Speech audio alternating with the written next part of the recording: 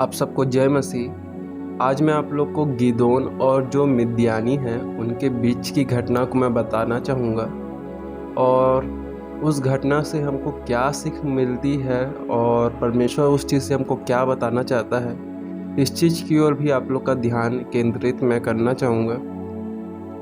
जैसे कि एक गिदोन नाम का व्यक्ति था, है ना। वो क्या था, एक विश्वासी जन था। हम पुराने नियम में उनके बारे में पढ़ते हैं।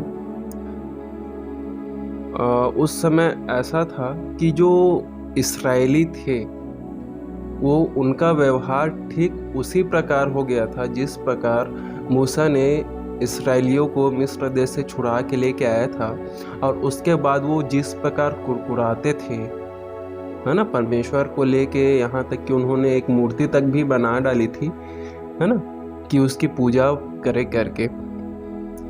तो ठीक उसी प्रकार इस समय भी जो इस्राएली थे इनका भी व्यवहार ठीक उसी प्रकार हो चुका था और परमेश्वर ने फिर उनको उनके ही हालत में फिर छोड़ दिया।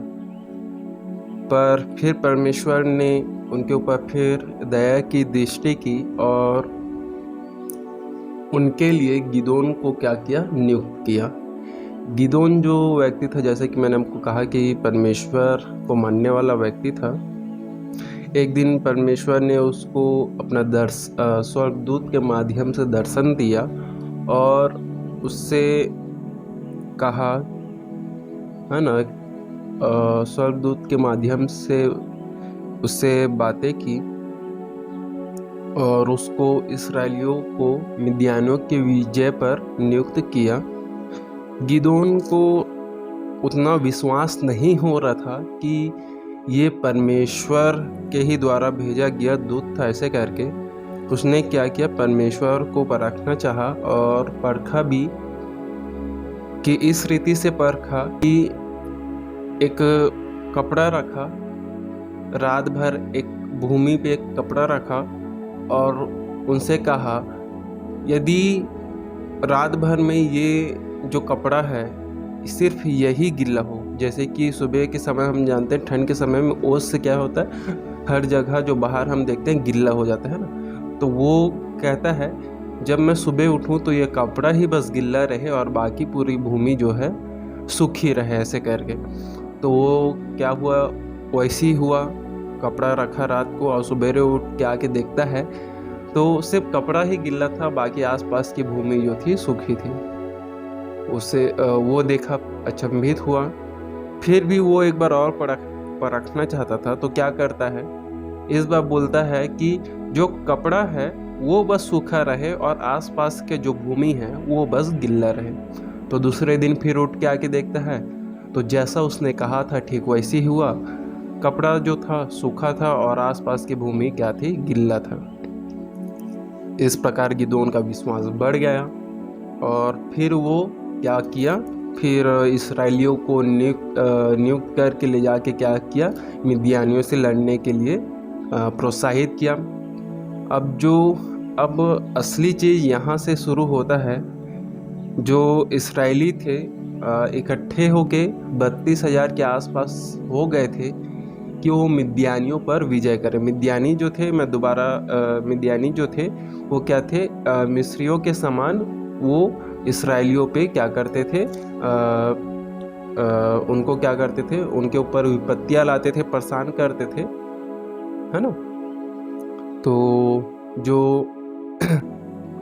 इस्राएली थे वो कुछ 32,000 के आसपास हो गए थे। तो परमेश्वर कहता है यदि ये इसी संख्या में उनसे लड़ने गए और जीत गए तो कहेंगे ये अपने ही भुज बल से, अपने ही बल से जीते हैं, ऐसे जीते हैं करके उनके मन में आएगा, ऐसे करके। तो परमेश्वर क्या बोलता है, इनकी संख्या को कम कर, ऐसे करके। तो क्या होता है, जो डरपोक थे, जो कम साहसी थे, उनको अलग कर दिया। तो जो 32,000 से संख्या था वो टोटल कितना, 22,000 लौट गए। इसमें बाइबल में लिखा है कि 22,000 जो थे वो लौट गए और फिर उसके बाद 10,000 ही रह गए थे।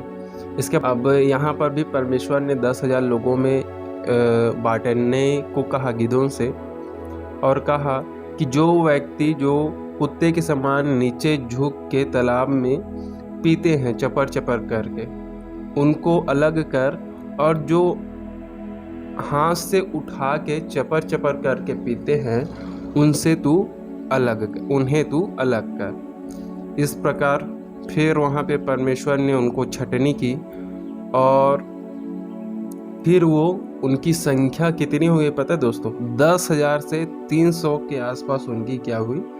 संख्या हो गई, है ना? कितना सोचो, 32,000 से 300 में आके रह गए। अब परमेश्वर का आशीष देखिए प्रियो कि वो 300 सैनिक उन मिद्यानियों पे भारी पड़ गए। परमेश्वर ने ऐसा व्यवस्था, ऐसी चीज़ों को वहाँ जमाया कि मिद्यानी जो हैं डर के मारे एक दूसरे पे ही हमला करने लग गए और भागने लग गए।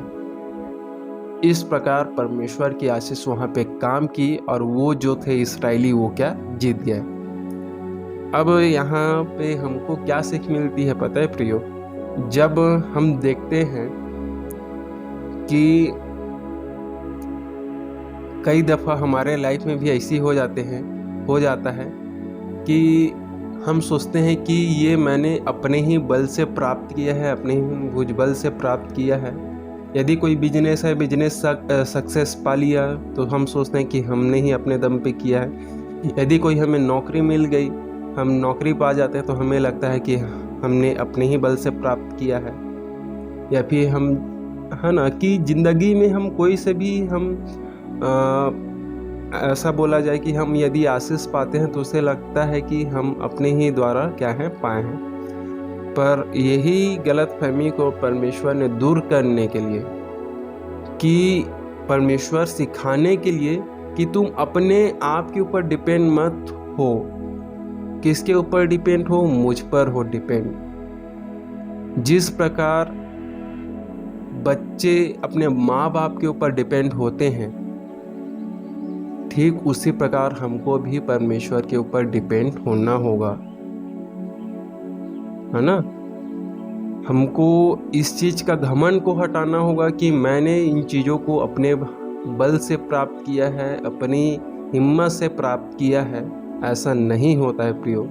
जब तक परमेश्वर की आशीष हमारे पास नहीं होती तब तक हम कुछ भी नहीं कर सकते। वचन कहता है जब तक तुम्हें स्वर्ग से ना दिया जाए तब तक तुम कुछ प्राप्त नहीं कर सकते, है ना?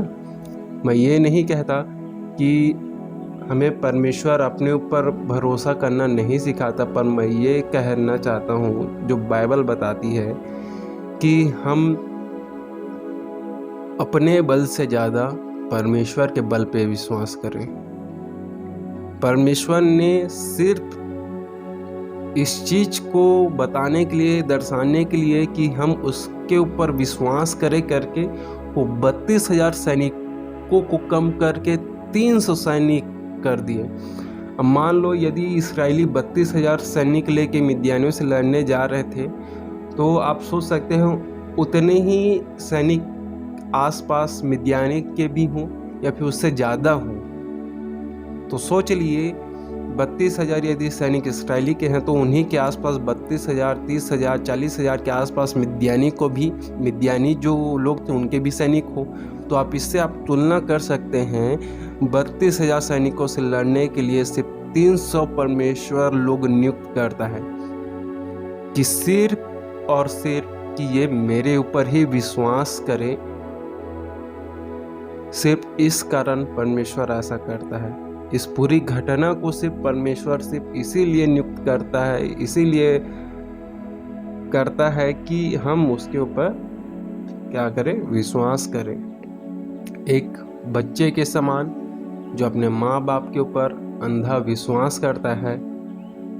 माँ बाप हमको कुछ भी कहते हैं हम आंख बंद करके विश्वास करके करते हैं। ठीक उसी प्रकार हमको भी परमेश्वर के वचनों को हमको आंख बंद करके विश्वास करके उन वचनों को पालन करना होगा, है ना? और उन चीज़ों को पालन करने के लिए हमको क्या है, परमेश्वर के शब्दों को, आवाज़ को क्या है, पहचानना होगा।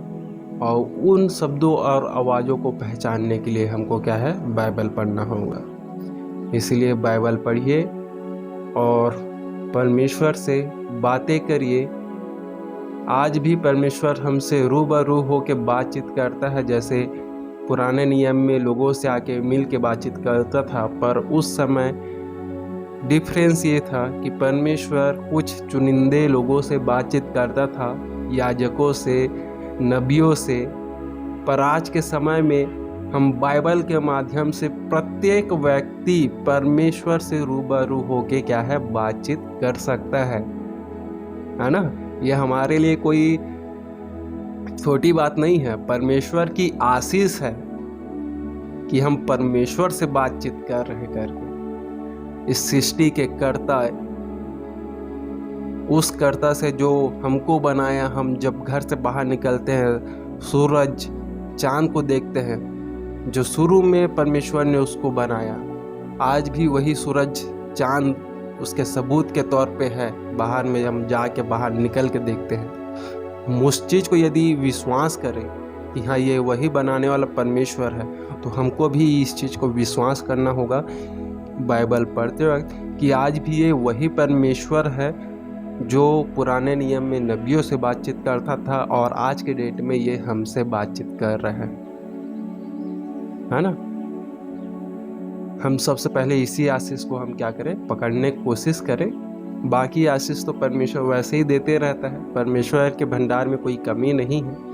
पर यदि हमको ये भंडार मिल जाता है, हम इस तरीके से विचार करते हैं, तो इससे बड़ी आशीष मेरे ख्याल से कि परमेश्वर से बातचीत करना, दुनिया में इससे बड़ी आशीष कुछ हो ही नहीं सकती प्रियो, कुछ ही नहीं हो सकता, है ना। तो आज के लिए इतना ही प्रियो। सबको जय मसीह की।